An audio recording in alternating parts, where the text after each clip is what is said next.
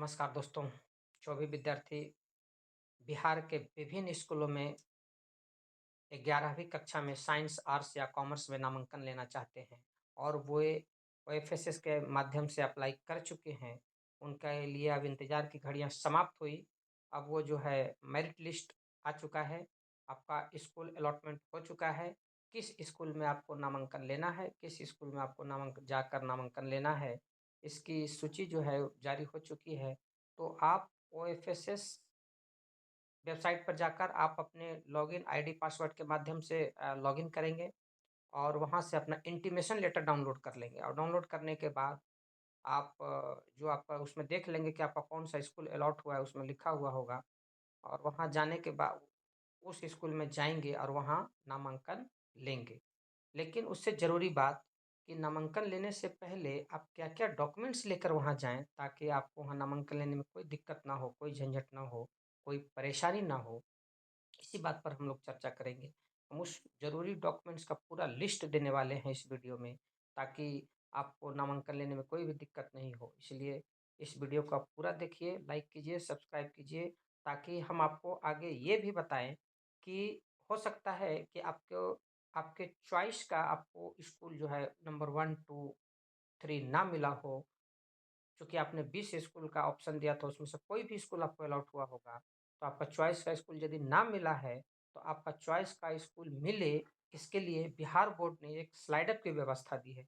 तो slide up क्या है, कैसे करेंगे, इसकी भी बात हम इस वीडियो में भी करेंगे और आगे भी करेंगे। आगे आगे आने वाले नेक्स्ट वीडियो में भी करेंगे, तो आप इसको लाइक और सब्सक्राइब कीजिए और चलिए हम लोग वीडियो को आगे देखते हैं कि आप नामांकन लेने जाते हैं, तो आपको कौन-कौन से डॉक्यूमेंट्स लेकर जाएँगे, वो सूची हम पूरा आपको बताने वाले हैं, ताकि आपको नामांकन में कोई दिक्कत ना हो। तो देखिए, बिहार बोर्ड ने जो सूचना बुलेटिन जारी की है, उसके अनुसार जो इसके तहत प्रथम सूची का में चयनित सभी विद्यार्थी दिनांक 4/6/2025 से 10/6/2025 तक अपने आवंटित +2 विद्यालय में जाकर नामांकन लेंगे। आपका जो नामांकन हेतु डेट जो है वो 4/6/2025 से 10/6/2025 के बीच जाकर नामांकन आप ले सकते हैं। हालाँकि यदि आपके पास कुछ डॉक्यूमेंट्स की कमी है या आप कहीं बिज़ी हैं, कहीं गए हुए हैं, प्रयास कीजिए किसी डेट में ले लें। लेकिन ये प्रथम सूची जो एडमिशन का डेट है, ये डेट बढ़ेगा भी, ये हम दावे के साथ आपको कह सकते हैं। लेकिन फिर भी आप इसी डेट में चाहेंगे एडमिशन लेंगे।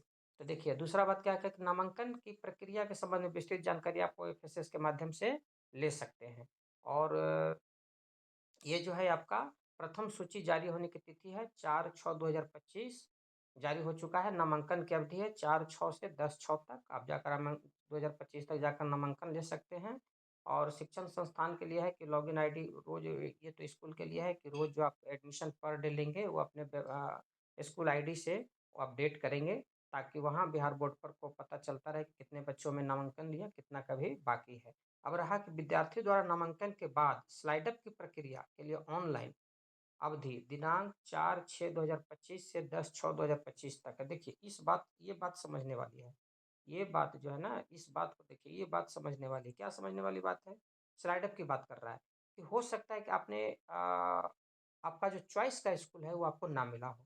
आप ध्यान दीजिए कि जब आप ओएफएसएस से ऑनलाइन आवेदन कर रहे थे, तो आप 20 स्कूल का के लिए आपने हामी भरी थी, सूची में टिक लगाया था कि इस 20 स्कूल में हमें कोई भी स्कूल में मिल जाए। हालाँकि आपका चॉइस जो होगा वो पहला, दूसरा, तीसरा स्कूल हो, ना मिला हो, आपका 10वाँ, 11वाँ, 12वाँ स्कूल मिल गया हो। वैसी स्थिति में आप क्या करेंगे? आपके घर से, आपके निवास स्थान से बहुत दूर वाला स्कूल मिल गया हो, आप क्या करेंगे? आप चाहते हैं कि हमारे बगल के स्कूल में मिले, तो इसके लिए क्या है कि स्लाइड अप की व्यवस्था है। स्लाइड अप का आवेदन क्या होगा? तो 4/6/2025 से 10/6/2025 तक आप इसके लिए आवेदन कर सकते हैं स्लाइड अप हेतु। लेकिन स्लाइड अप का जो पहला कंडीशन है, उस कंडीशन को आप बहुत अच्छे तरीके से समझिए। हम आपको बताते हैं, इस वीडियो में आप बने रहिए कि स्लाइड अप की प्रोसेस क्या होगी। जिन विद्यार्थियों का चयन प्रथम सूची में किसी भी शिक्षण संस्थान में नहीं होता है, उसके लिए नया विकल्प भरने अथवा पूर्व के विकल्प में परिवर्तित करने की अवधि 4/6/2025 से 10/6/2025 तक। देखिए, इस बात को भी समझने की पॉइंट है। क्या समझने की बात है इसमें? तो ये कहता है कि हो सकता है कि आपका आप ओएफएसएस में लॉगिन कर रहे हैं, आप इंटीमेशन लेटर आपका नहीं निकल रहा है, आपका कोई चूँकि आपका स्कूल अलॉट ही नहीं हुआ है, मार्क्स कम होंगे आपके, उस कैटेगरी में आप नहीं आते होंगे, प्रथम सूची में आपका नामांकन हेतु कोई भी स्कूल अलॉट नहीं हुआ होगा, ये भी बात है। तो उसमें घबराने की बात नहीं है। उसमें क्या है कि आपको क्या-क्या कहा जा रहा है कि आप जाइए पुनः वेबसाइट पर ओएफएसएस के माध्यम से, और जो आपने स्कूल चुना है, उस स्कूल में आप परिवर्तन भी कर सकते हैं। ठीक है? विकल्प नया डाल सकते हैं, परिवर्तन भी कर सकते हैं। प्रथम सूची में आपका नाम नहीं आया, कोई बात नहीं, द्वितीय सूची में आएगा, तृतीय सूची में आएगा, या फिर आप स्पॉट एडमिशन ले सकते हैं, तो आपको घबराने की बात नहीं है। अब एडमिशन कहीं न कहीं आपका होगा। तो आप इसके लिए अब वहाँ जाकर आप चेंज कर सकते हैं। और उक्स इसमें किसी तरह का आपको दिक्कत होती है, तो आप बिहार बोर्ड का हेल्पलाइन नंबर इन्होंने जारी किया है।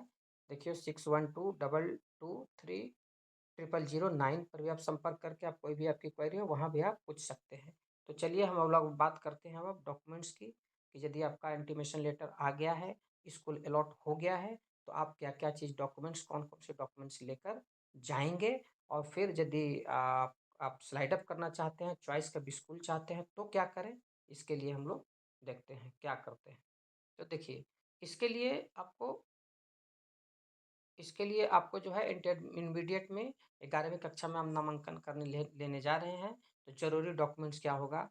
एक नंबर में तो आपका मैट्रिक प्रमाण पत्र होगा। आप कहिएगा कि मैट्रिक प्रमाण पत्र तो सर हमें अभी विद्यालय से मिला नहीं है, तो कोई बात नहीं है, नहीं मिला है, तो आप जो इंटरनेट से डाउनलोड किए हैं, उसकी एक सेल्फ अटेस्टेड प्रति या विद्यालय से भी शाइन मुहर करवा सकते हैं, अदरवाइज़ सेल्फ अटेस्टेड प्रति आप रखेंगे, फ़ोटोकॉपी रखेंगे, उससे एडमिशन आपका प्रोविज़नल हो जाएगा।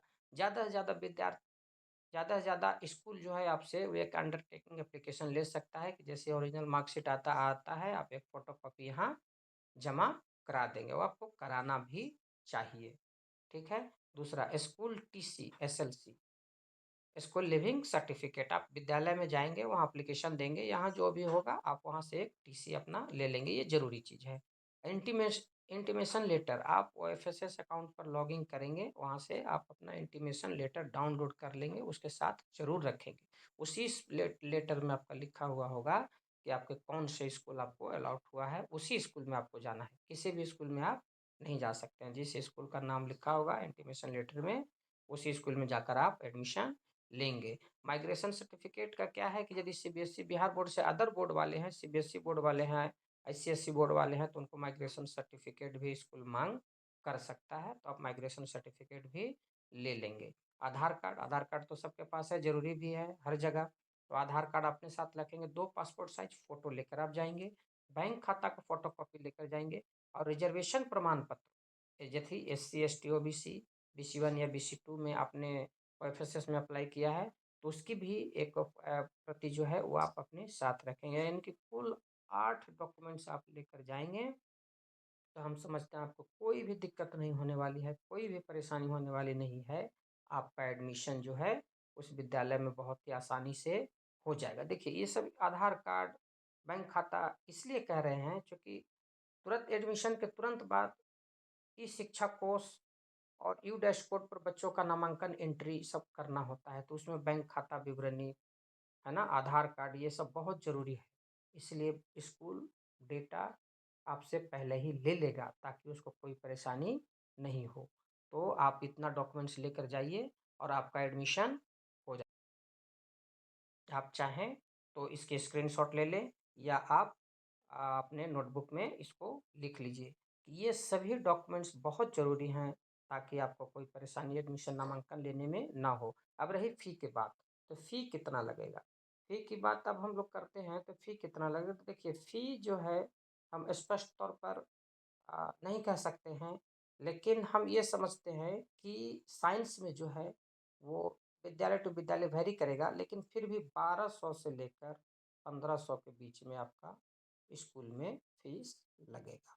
आप इस हिसाब से पैसे लेकर जाएँगे साइंस में, आर्ट्स में इसी हिसाब से आपको ₹100 कम बेसी होगा। विविध स्कूल जो हम जैसा कि आपको बता रहे हैं कि स्कूल टू स्कूल 10, 20, 50, ₹100 वेरी करता है, लेकिन इससे ज़्यादा पैसा आपको नहीं लगेगा।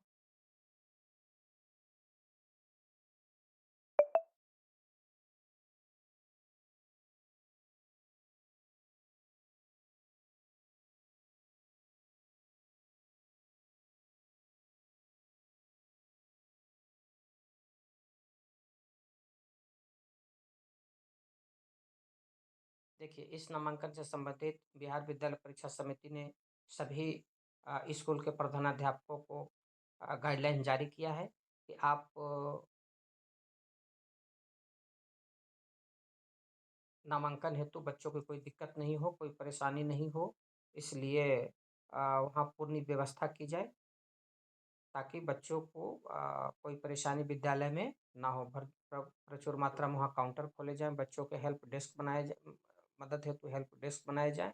इस हेतु बिहार विद्यालय परीक्षा समिति ने सभी स्कूलों को दिशा निर्देश भी जारी कर चुके हैं।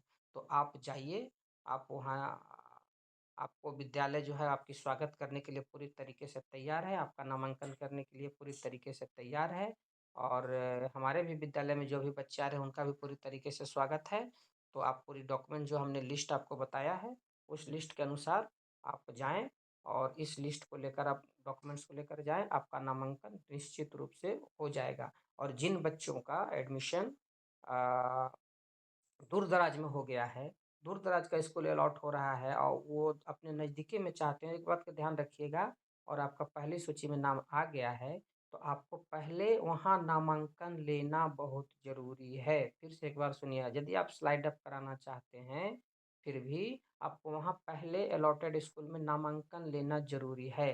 चाहे वहाँ नामांकन लेकर आइए, अपडेट जैसे विद्यालय कर देगा, फिर आप दूसरे दिन क्या करें, स्लाइड अप करने के लिए आप रेडी हैं, आप स्लाइड अप उसको कर लीजिएगा। आप अपने क्या बोलते हैं नज़दीकी विद्यालय हो या आपका पसंद का जो विद्यालय हो, स्कूल हो, उसमें नामांकन हेतु आप अपने जो चयन सूची था, उसमें आप परिवर्तन करके आप स्लाइड अप की सुविधा का लाभ ले सकते हैं। लेकिन पहले वहाँ नामांकन ज़रूर ले लीजिएगा, नामांकन नहीं लेंगे तो आपका चांस लैप्स कर जाएगा। फिर आप जो है वो फिर स्पॉट एडमिशन के लिए एलिजिबल होंगे, फिर दूसरे बच्चों को मौका दिया जाएगा। इसलिए आप नामांकन पहले वहाँ ले लेंगे और तब स्लाइड अप करेंगे। दूसरी बात कि जो कुछ बच्चों का यदि नहीं हुआ है सूची में नाम नहीं आया है प्रथम सूची में, तो उनको भी घबराने की ज़रूरत नहीं है। वे दूसरी सूची आएगी और दूसरी सूची देखिए यहाँ जो स्पष्ट लिखा गया है कि उनका जो है दूसरी सूची आएगी और दूसरी सूची में उनका नाम आ सकता है, तीसरी सूची में उनका नाम आ चूँकि मार्क नाम आ सकता है, हो सकता है आपका मार्क्स कम हो, तो तीसरी सूची में आपका नाम आ सकता है। स्पॉट में एडमिशन आपका हो सकता है, इसलिए घबराने की आवश्यकता नहीं है। आप सभी डॉक्यूमेंट्स जो हमने बताया है, इसको आप लिख लीजिए या स्क्रीनशॉट फिर से एक बार देख लीजिए, ले लीजिए और आप जाकर एडमिशन लीजिए। बहुत-बहुत धन्यवाद। हम आगे भी आपको और जो भी नई सूचना कोई आती है, हम आपको बताते रहेंगे। इसकी डेट और तारीख यदि बढ़ती है तो भी हम बताएँगे। स्लाइड अप की पूरी विधि हम आगे और बताएँगे, इसलिए आप लाइक और सब्सक्राइब कीजिए। बहुत-बहुत बहुत-बहुत धन्यवाद।